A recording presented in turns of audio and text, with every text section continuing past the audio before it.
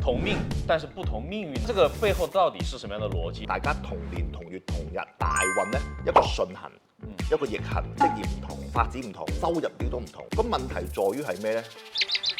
一個在香港出生，一個在內地出生啦，他的結果可能就是不一樣。係啊，其中一個喺北方移居去到南方咧，嗰個就會發展好啲嘅喎。唔係話佢唔好，你同佢都好，但程度上係你會高佢好多。是不是我們的選擇能夠改變命運？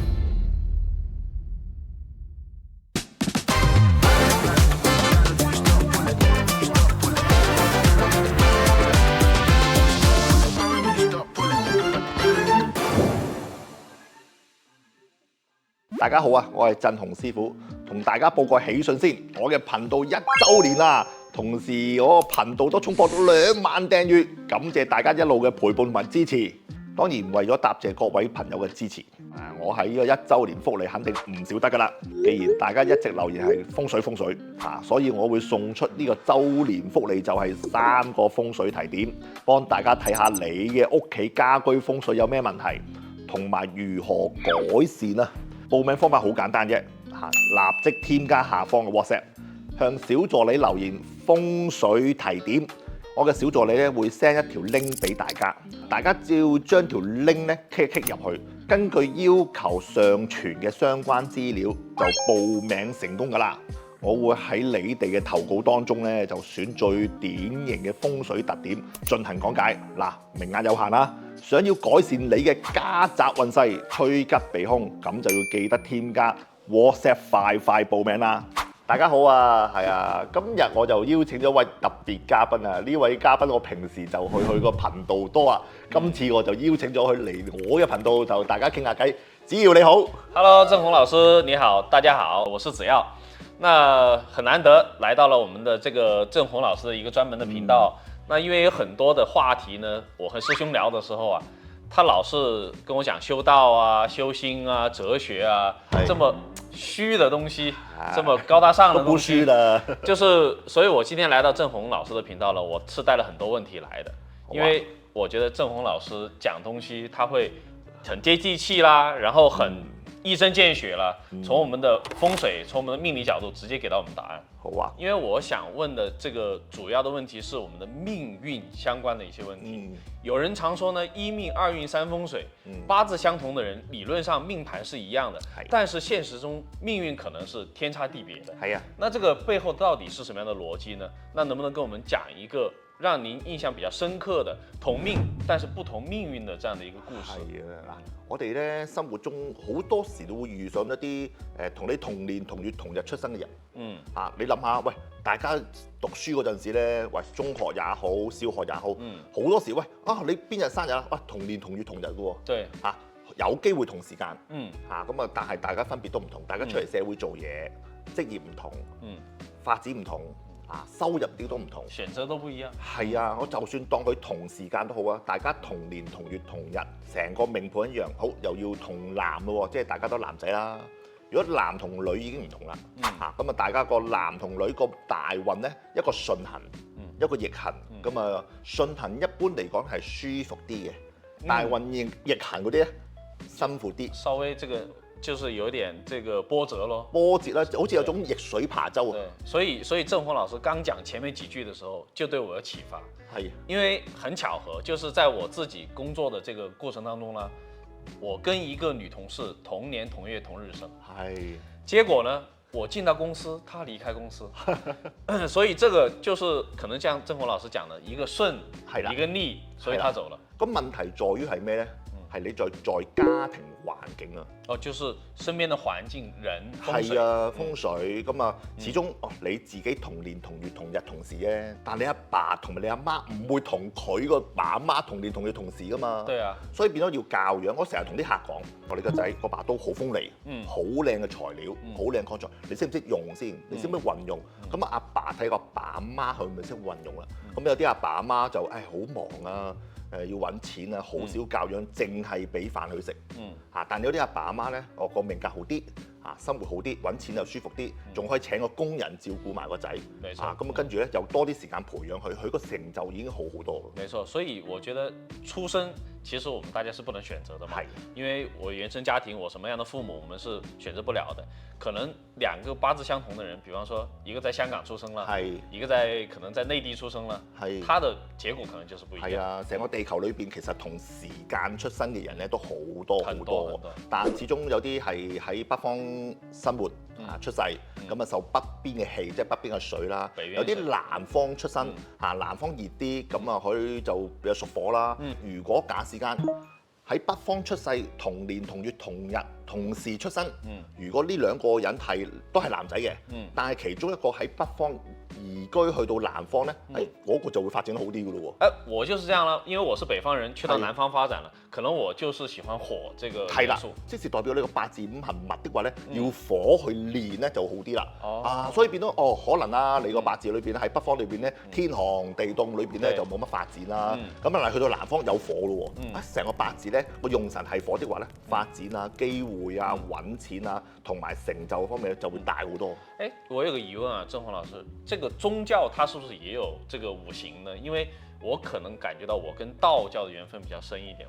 都會嘅，都可以睇翻你個八字本身會同啲宗教信仰啊，或者玄學裏邊咧特別有緣分，都要睇翻個八字裏邊咧有啲咩信息係對於宗教啊，定係科技啊，定係政治啊特別有緣分咯。那剛才鄭紅老師說了，可能要根據本身自己的八字來去計算。那如果說我是金命，但是土也很多。那這樣子是不是真的就是與道教啊、與玄學他們相關呢？嗱，金命人再加上土多的話咧，證明你要火練啦。要火來去考驗我。係啊，證明你喺北方嚟講，去到南方多啲五行物同埋五行氣嘅火啦。金要火練，火又要土去生。咁變咗你個機會啊、發展同埋貴人力會多好多啦。咁而且土咧對於宗教玄學信仰的話咧，就會係特別多啲，因為你金命人啊嘛，生我嘅五行物係土嘛，咁至於生我嘅嘢就會宗教啊、玄學咧特別有緣分。這一個原因的話呢，是跟風水講是不一樣的。他跟我講的呢，更多的是我的選擇，因為他可能更多的從哲學的層面上面來說，他會認為一個人的選擇，他是大於努力的。那我也想問同樣的問題，跟鄭紅老師去探討。那除了我們自己八字本身的一些元素之外，是不是我們的選擇能夠改變我們的命運呢？可以，即係正如你當時嚟講係選擇由北方發展啦，留喺北方發展啦，定係落去南方發展，呢個就係選擇。對，其實這個選擇不是我做的，我想分享一個故事。好啊，就是我為什麼會來到南方？在廣州也好，或者在香港也好，其實是因為我之前的女朋友她是廣東人。那這個我選擇一個女朋友，是不是就改變了我的命運？會啊，係啊，即係當年北方嘅日子，同你一樣嘅年月日時一樣嘅。咁但係佢個緣分裏邊咧，識唔到呢個廣東女朋友。他沒有廣東女朋友，冇呢個廣東女朋友，喺呢個北方識到個女朋友。沒錯。咁喺北方裏邊啦，成家立室啊，結婚啊，生小朋友啊，打工啊，咁喺北方。咁代表佢可以揾到吃，工作上都理想，同埋係個家庭咧都圓滿。